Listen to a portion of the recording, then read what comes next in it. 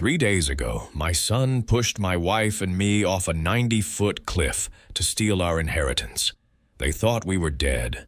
They stood over our broken bodies and celebrated $1.2 million. But they made one fatal mistake. I was still breathing, and I recorded everything. Before we continue, please subscribe to the channel and let us know where you're listening from in the comments. Let me take you back to where it all began, because you need to understand what we built before you can understand what we lost. 40 years ago, I met Judith at a church social in our small Pennsylvania town. She was teaching second grade, and I was building furniture in my father's carpentry shop. She had this way of seeing the good in everyone, even a quiet woodworker like me, who could barely string 2 sentences together around pretty women. We married 6 months later, and I built our house with my own hands, every board and beam a promise that I'd protect her forever. Sterling came first, our golden boy with his mother's warm eyes and my steady hands. From the time he could walk, he was in my workshop, learning to sand wood, asking questions about grain and joints. He made everything easy, school friendships, life itself. When Declan arrived 5 years later, I thought we were blessed beyond measure. But Declan was different, quieter, more watchful. Where Sterling rushed into my workshop with enthusiasm, Declan hung back, observing. I told myself every child has their own personality, that I loved them equally. But if I'm honest, and I need to be honest now, Sterling was easier to love. He reflected back the best parts of Judith and me. Declan reflected something else, something I couldn't quite name. Still, we were happy. Sunday dinners around the oak table I'd carved, Judith's laughter filling our home, 2 sons who would carry on after we were gone, a perfect family. Then came that October night 25 years ago. Sterling didn't come home for dinner. By midnight, we were frantic. The police found his body at dawn at the bottom of the gorge where the boys used to hike as teenagers. Accident, they said. Probably slipped in the dark. I identified my firstborn's broken body and felt something inside me shatter that would never heal. At the funeral, Judith cried until she had no tears left. I stood there, numb, holding her up. And Declan. I noticed this even through my grief. Declan was strangely calm. Sad, yes, but composed in a way that seemed wrong for a 23-year-old who just lost his older brother. After Sterling died, Declan changed. He became attentive, helpful, always checking on us. I thought grief had matured. Made him appreciate family. Judith said he was trying to fill the hole Sterling left. We let him. We needed someone to fill that hole. Life went on the way it does. Judith retired from teaching 2 years ago. I closed my shop last year. We had our house paid off after 40 years of mortgage payments. We had savings, $200,000 we'd scraped together through decades of careful living. We had each other. And we had Declan, our surviving son, and his wife, Sybil, and their 2 beautiful children, Iris and Emmett. 6 months ago, Declan suggested we update our will. You're both over 60 now, Mom, Dad, he said, sitting in our living room with that concerned expression he'd perfected. It's important to have everything in order. You never know what might happen. Sybil nodded beside him, squeezing my hand. We just want to make sure you're protected. Something about the way she said protected made my skin crawl, but I pushed the feeling down. These were our children, our family. We visited our lawyer, Dalton Pierce, who'd handled our legal affairs for 30 years. Declan did most of the talking. We think it's best if Sybil and I are named sole beneficiaries. We'll make sure everything's distributed fairly to Iris and Emmett when the time comes. Plus, you're going to need us as you get older. Better if we have access to resources to take care of you properly. Judith shifted uncomfortably beside me. I felt it too, that wrongness. But what could we say? He was our son. This was normal estate planning. We signed the papers. Sybil hugged Judith afterward, holding on just a beat too long. "Now we're officially a united family forever," she whispered. I saw Judith shiver. That night, she couldn't sleep. "Malcolm," she said in the darkness, "doesn't this feel wrong? The way Declan's so focused on our finances. He's our son." I said the words automatic. He cares about us. But even as I said it, I felt the weight of the secret I'd been carrying for 25 years, the secret about what really happened to Sterling, the secret about what kind of man our surviving son truly was. And I knew with a certainty that terrified me that I was going to have to tell her the truth soon, before it was too late, because Declan had started visiting more often, always with questions about bank accounts, insurance policies, the value of our house. Sybil measured our furniture one day, saying it was for when you downsize to something more manageable. Judith's sister Lenora pulled me aside at a family dinner. "Malcolm, something's off about Declan. The way he looks at you two sometimes, it's not right." I wanted to tell Lenora she was imagining things, but I couldn't, because I'd seen those looks too, that cold calculation, that patient waiting. I'd seen it before 25 years ago in the split second before everything changed forever. 3 months after we signed that will. I watched my wife unravel. Declan visited every week now, always with that concerned expression I'd learned to dread. "Mom, Dad, you should give me power of attorney," he said one Sunday. "Just a precaution if you get sick." I felt Judith tense beside me. I hesitated, my hand gripping the chair arm. Sybil leaned forward, touching Judith's knee. "We love you both so much. We just want you protected." I saw Judith's jaw tighten at that word, protected. "And honestly," Declan continued, "this house is way too big for just the two of you. You should move somewhere smaller. We could help you find a nice apartment." "No." Judith's voice was sharp. "I love this house. Malcolm built it. Our memories are here." For half a second, I saw it rage flashing in Declan's eyes, the same look I'd seen 25 years ago. Then it vanished. "The upkeep must cost a fortune," Sybil said sweetly. "Much smarter to sell while the market's high." To Judith's horror, I nodded. "We'll think about it." I was buying time. I didn't know how else to handle this. After they left, Judith called her sister Lenora. I heard her voice from my workshop, tight with fear. "Lenora, Declan's obsessed with our money. The willpower of attorney selling the house. Something's wrong." I couldn't hear Lenora's response, but I saw Judith's face when she came to find me. She looked terrified. "Lenora says this is how elder financial abuse starts," she said quietly. "She's seen it before. I'm just trying to help. That's always how it begins." I wanted to tell her the truth then, about Sterling, about what kind of man our son really was. But the words stuck in my throat.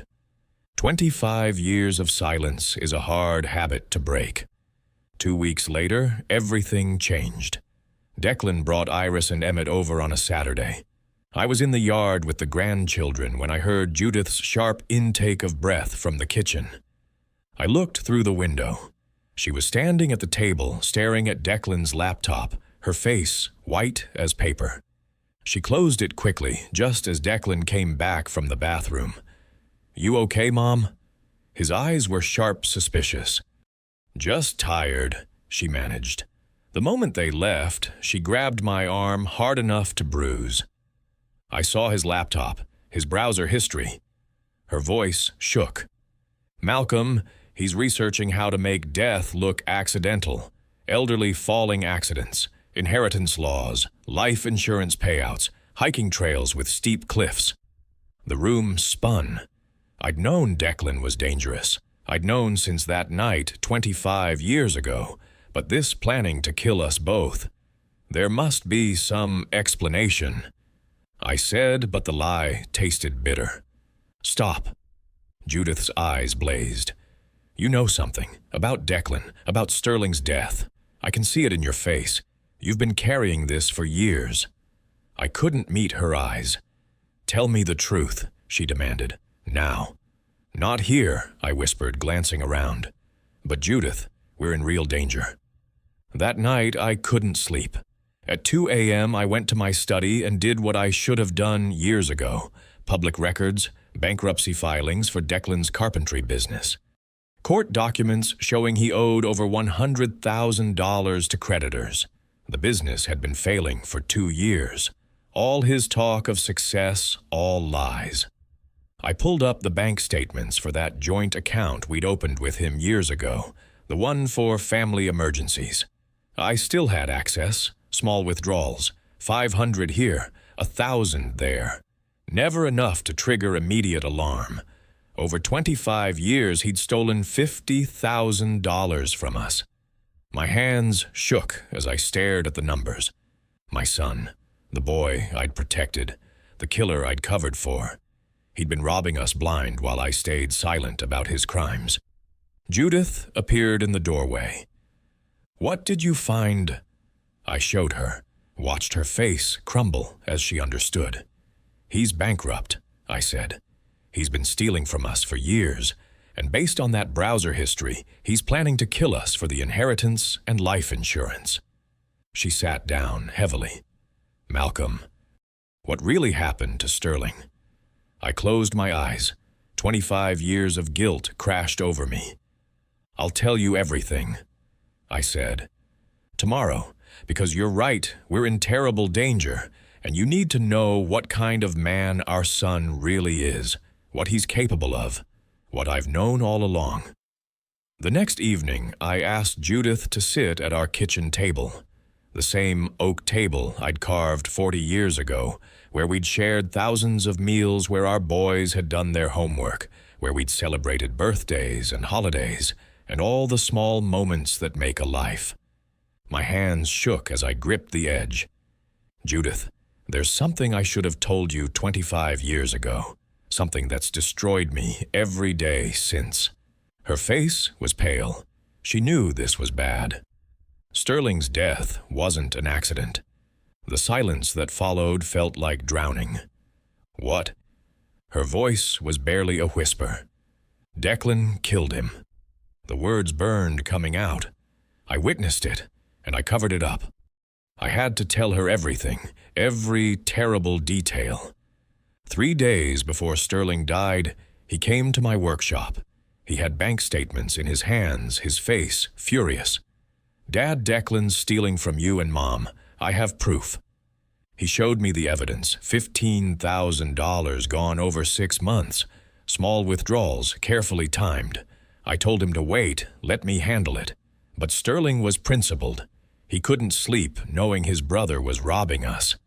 I closed my eyes, but the memory played anyway, sharp as broken glass. That night, October 15th, Sterling didn't come home for dinner. I had a bad feeling. I knew where he'd go. The gorge trail where the boys used to play as kids. I followed. I heard them before I saw them, shouting. Sterling's voice. You're stealing from our own parents. And Declan denying it. You're crazy, you're making things up. I ran toward the sound, found them at the edge of the gorge. Sterling was waving those bank statements. If you don't return the money and confess, I'm telling them tomorrow. My voice broke. And Declan, he went berserk, screamed at Sterling. You've always been the favorite, always had everything easy. It's time things changed. I was 50 feet away, running as fast as I could. I watched Declan's hands come up, watched him push Sterling. Not a shove, not an accident. He pushed him hard, deliberately, with both hands against Sterling's chest. Judith made a sound like she'd been struck. Sterling's arms flailed, trying to grab something, anything, but there was nothing there. He fell backward. I heard his scream. Then silence. By the time I reached the edge, Sterling was on the rocks below, not moving. And Declan was shaking, crying.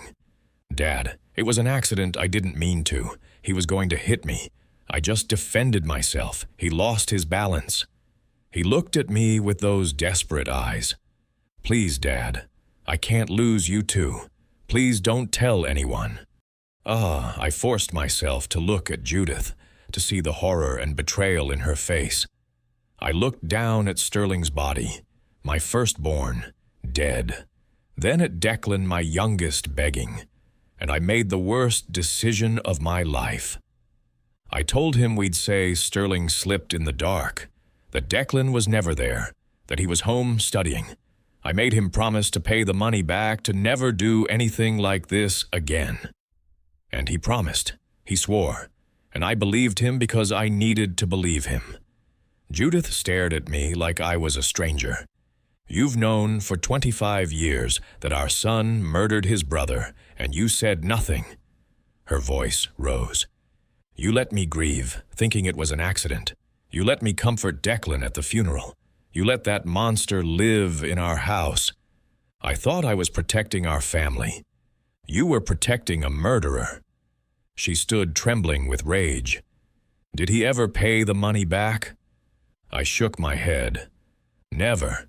He kept stealing. That 50,000 I found, that's just what I could trace. There's probably more. And you stayed silent. Every day that passed made me more complicit. How could I go to the police after a year? After 5 years, after 25, I'd be arrested too. And I thought..." My voice cracked. I thought maybe he'd changed, that the guilt would make him a better person. "Instead, you created a monster," Judith said coldly, "by showing him he could get away with anything." "I know." The tears came then. "I know. And now..." I went to my study, came back with the small notebook I'd found in Declan's car earlier that day when he'd visited. "While you were in the kitchen with Sybil, I searched his car. Found this in the glove compartment." Judith opened it. I watched her face drain of color as she read Declan's handwriting. "Mountain trail, Blue Ridge area steep cliff, 8,100 feet drop. Accidental fall, both at once. Hiking equipment, make it look like we tried to help them. Life insurance pays double for accidental death. Timeline before they change will or talk to lawyer again. Weather forecast, clear Saturday." Her hands shook. "He's going to kill us." "Yes." "When?" "Soon, maybe this weekend." She looked up at me. "We call the police, right now." "With what evidence?" I asked bitterly. "I'm complicit in Sterling's murder. I'll go to jail. And these notes, his lawyers will say he was researching for a story or looking up hiking safety information. We have no proof of intent, no witnesses, nothing." "Then what do we do?" "We go on the hike when he invites us," I said. "And we gather evidence, record everything, get him to confess. It's the only way." "That's insane." The phone rang. We both froze, staring at it. I picked up on the third ring. "Hi, Dad." Declan's voice was cheerful. "Is Mom there too? Put me on speaker." I pressed the button with shaking hands. "Mom, Dad, Sybil and I were thinking your 40th anniversary is coming up. We should do something special to celebrate. How about we take you on a hike this Saturday? There's this beautiful trail in the Blue Ridge area with incredible views. We could pack a picnic, take some family photos. What do you say?" Judith's eyes met mine across the table. In them I saw fear and determination. "That sounds wonderful, son," I said, my voice steady despite everything. "Saturday works perfectly." "Great, we'll pick you up at 7 a.m. Dress warm, it gets chilly in the mountains." After he hung up, Judith and I sat in silence. "He's going to try to kill us in 3 days," she whispered. "I know." I reached for her hand. "But this time, I'm not going to let him get away with it. This time, we're going to get proof. And we're going to survive." I just hoped I was right. Saturday morning arrived too soon. I woke before dawn, watching the darkness fade outside our bedroom window. Judith lay beside me, awake too. Neither of us had slept. "We don't have to do this," she whispered. "Yes, we do." I squeezed her hand. "It's the only way." We dressed in silence. Hiking clothes, sturdy shoes. I slipped my phone into my jacket pocket, made sure it was fully charged, and set it to record audio.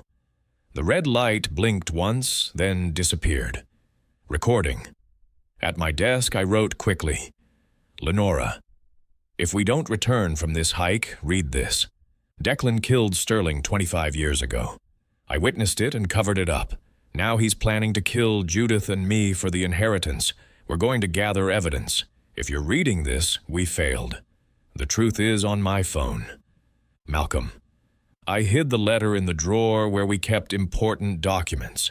Judith watched from the doorway, her face pale. "I'm scared," she said.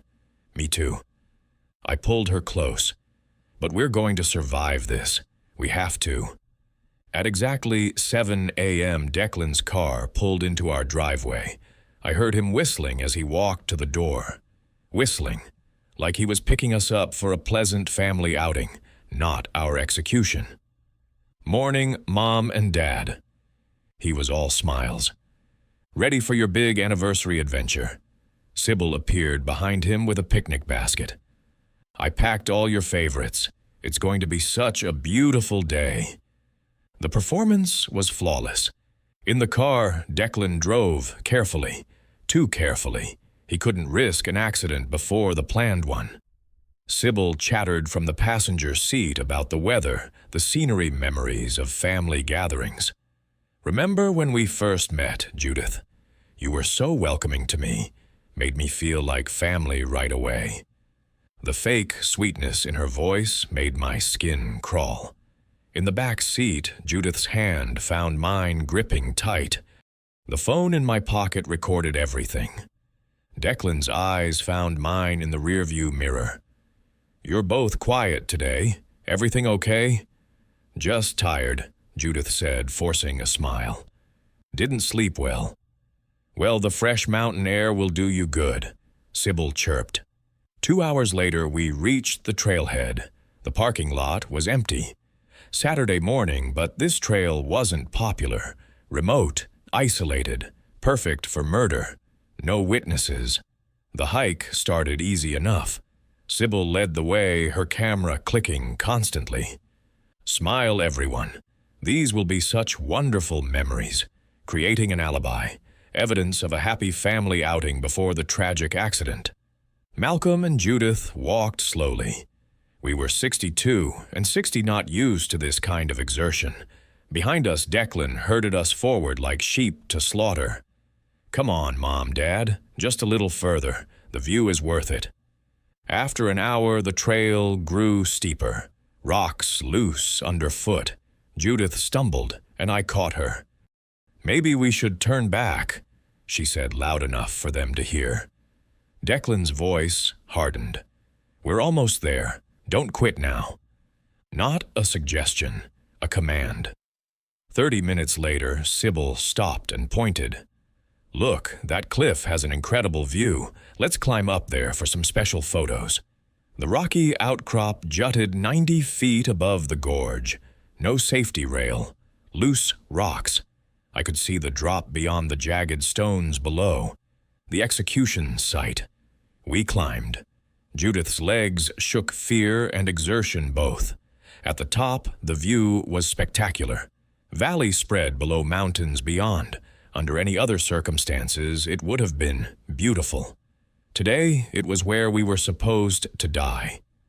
"Stand right there," Sybil directed, pointing to a spot near the edge. "So we get the valley behind you," positioning us. Malcolm and Judith exchanged a look. "This is it." Sybil raised her camera. Closer together. Smile. I put my arm around Judith, pulled her close. 40 years of marriage. Worth every moment, even this one. Perfect one more. Take one step back for better framing. One step back would put us at the very edge. Judith's heel touched loose rock. I felt the ground shifting beneath us.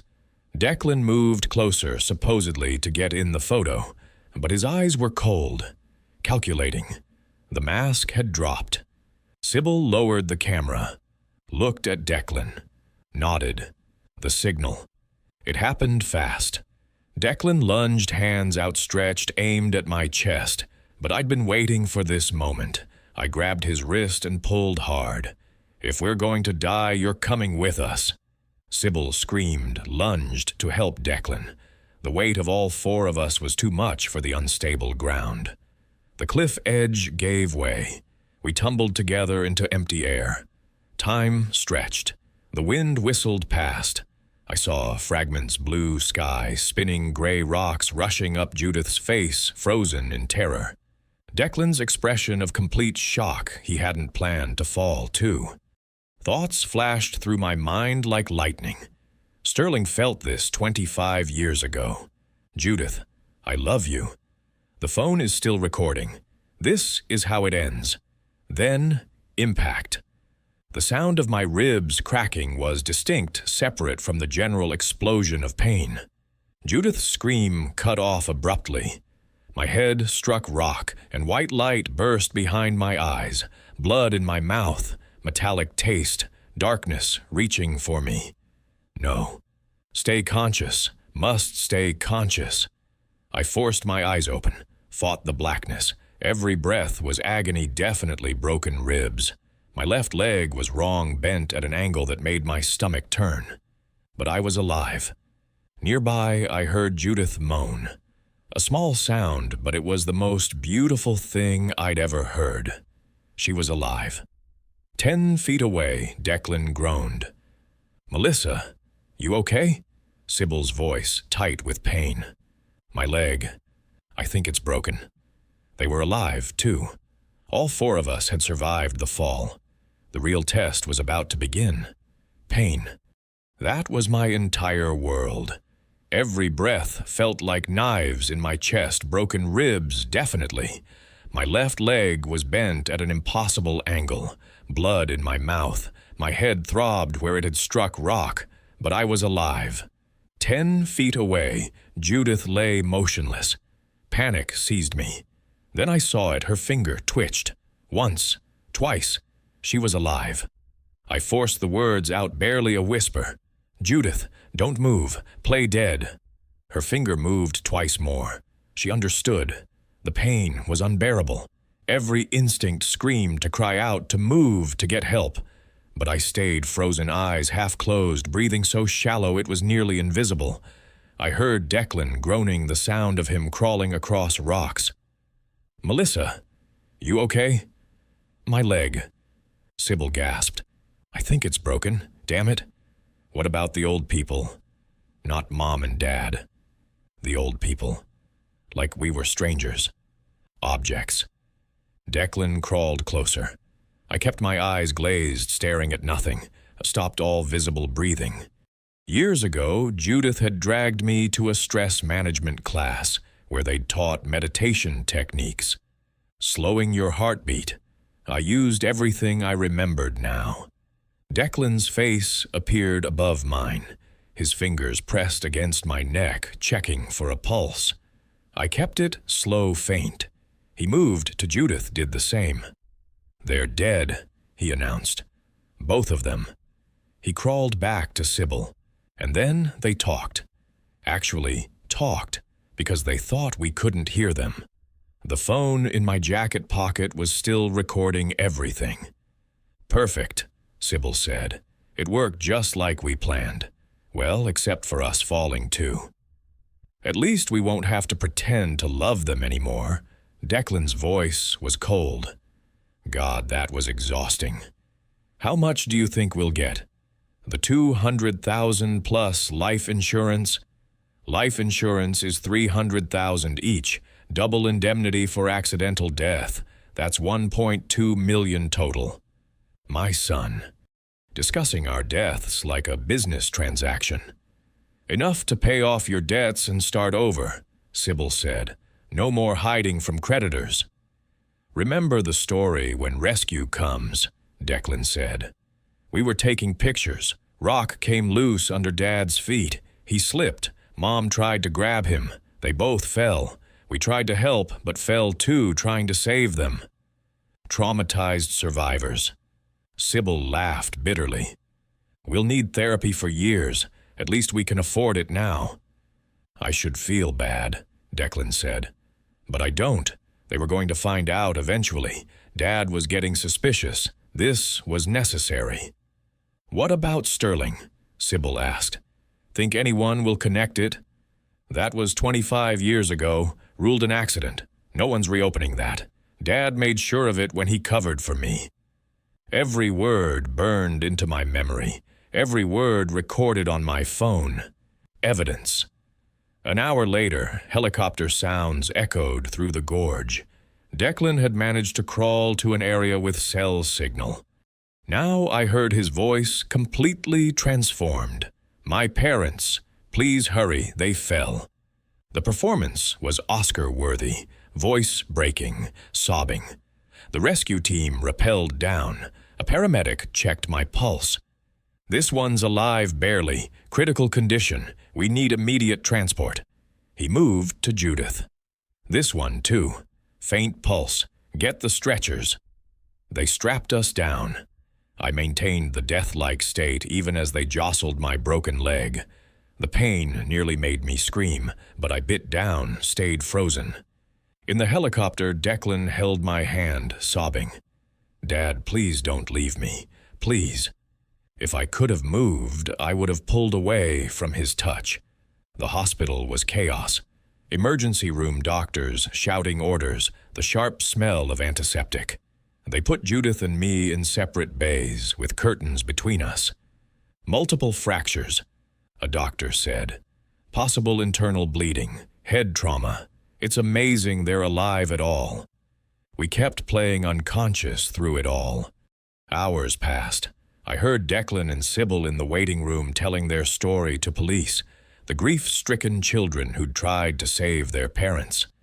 Evening came. A doctor's voice. "You can say goodbye. They might not make it through the night."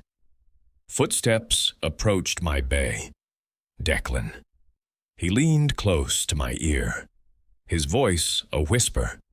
"You know, Dad, you should have just given me the money when I asked. None of this would have been necessary.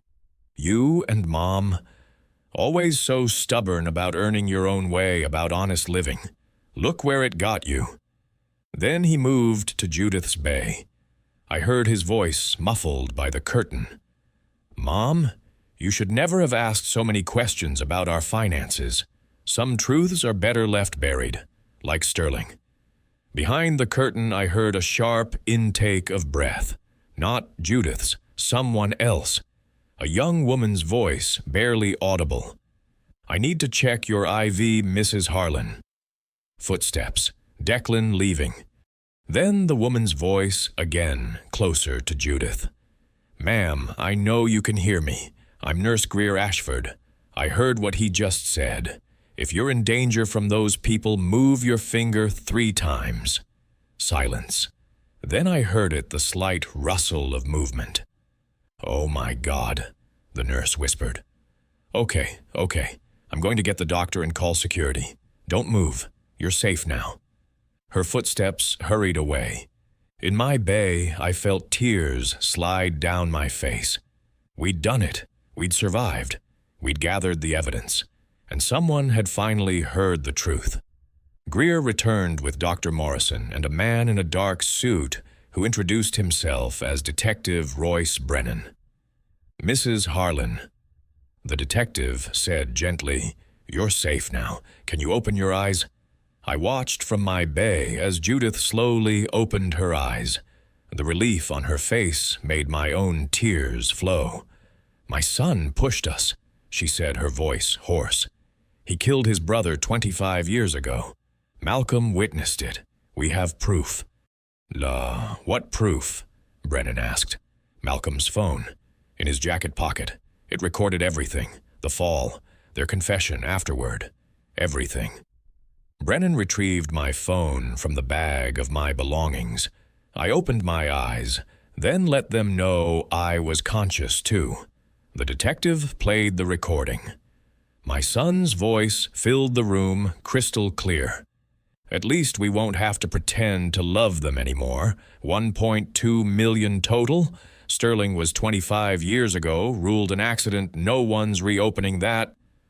This is solid evidence, Brennan said. Premeditation, motive, confession, plus Nurse Ashford's testimony about what she overheard. He made calls. Within minutes, uniformed officers arrived.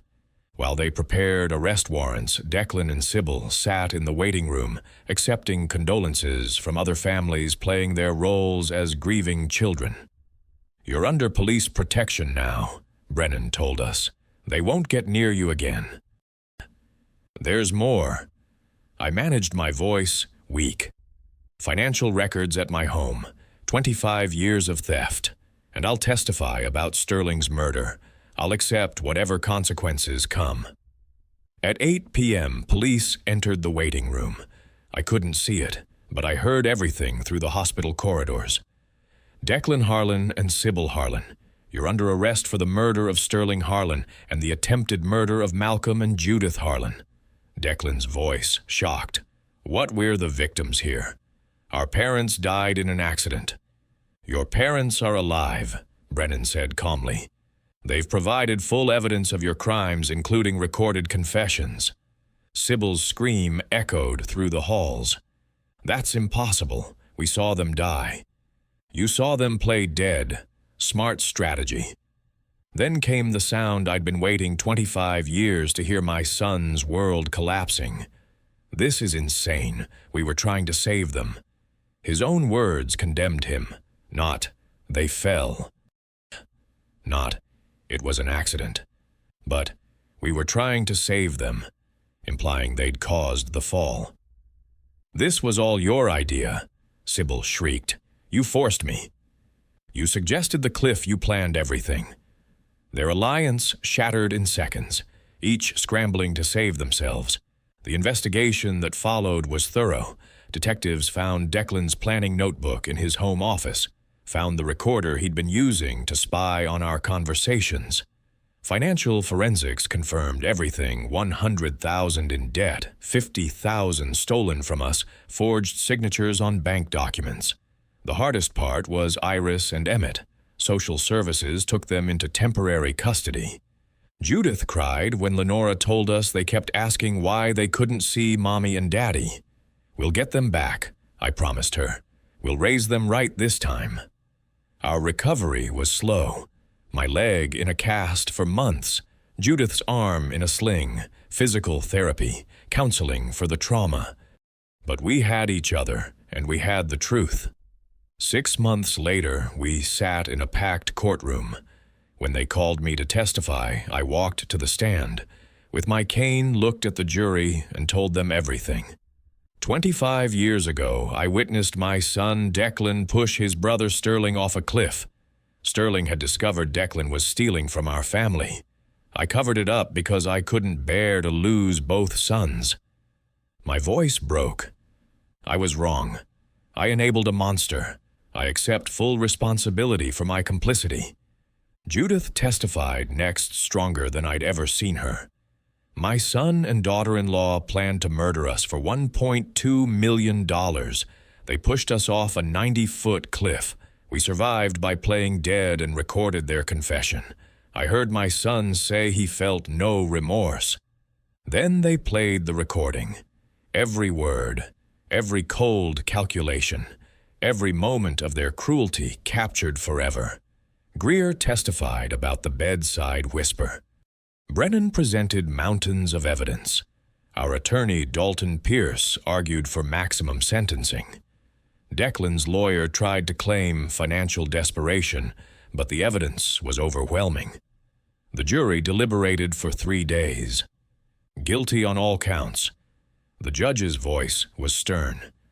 "Declan Harlan, you murdered your brother and attempted to murder your parents. You showed no remorse, only greed. Sybil Harlan, you were an equal partner in this heinous plan. I sentence you both to life in prison without possibility of parole." Declan's face went from shock to rage. Sybil sobbed. Judith stood, walked to the railing, looked at our son one last time. "You are no longer my son. My son died the night you killed Sterling." Declan looked away. I sat there with silent tears streaming down my face. The judge granted us custody of Iris and Emmett. 1 year later, I stood in my workshop with sawdust floating in the afternoon sunlight. Iris, now 9, carefully sanded the birdhouse she'd been working on for weeks. Emmett, 7, watched me cut wood for a new project. "Grandpa's teaching me to make dovetail joints," Iris announced when Judith came in with lemonade. "Can you tell us another story about Uncle Sterling?" Emmett asked. Judith sat beside them. "Sterling was honest, brave, and kind. He always protected the people he loved, just like you two will grow up to do." I knelt down to their level. "And we'll never lie to you. Truth is hard sometimes, but it's the only foundation that lasts." Iris looked at me with those innocent eyes. "Grandpa, will you teach me everything you know?" The tears came then, but they were good tears, healing tears. "Everything, sweetheart, I promise." Outside, a bird sang. Sunlight streamed through the windows. And in that workshop where I'd once taught 2 sons, one who'd died for truth, one who'd killed for greed, I was teaching a new generation. Teaching them that family isn't just blood, it's love, it's honesty, it's choosing truth even when it costs everything. We'd lost so much, but we'd gained something too. A second chance, redemption, hope, and that was enough. They say blood is thicker than water, but I learned the hard way that the bonds we choose built on truth and love are stronger than the bonds we're born into. For 25 years, I chose silence, thinking I was protecting my family. Instead, I enabled a monster. Real protection isn't hiding from hard truths. It's facing them no matter the cost. We lost almost everything: our son, our safety, our innocence.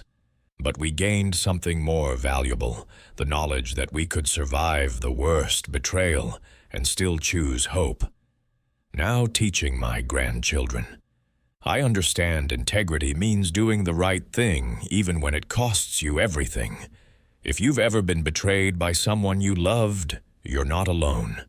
If you've had to choose between family loyalty and doing what's right, I understand. But I want you to know survival is possible. Healing is possible.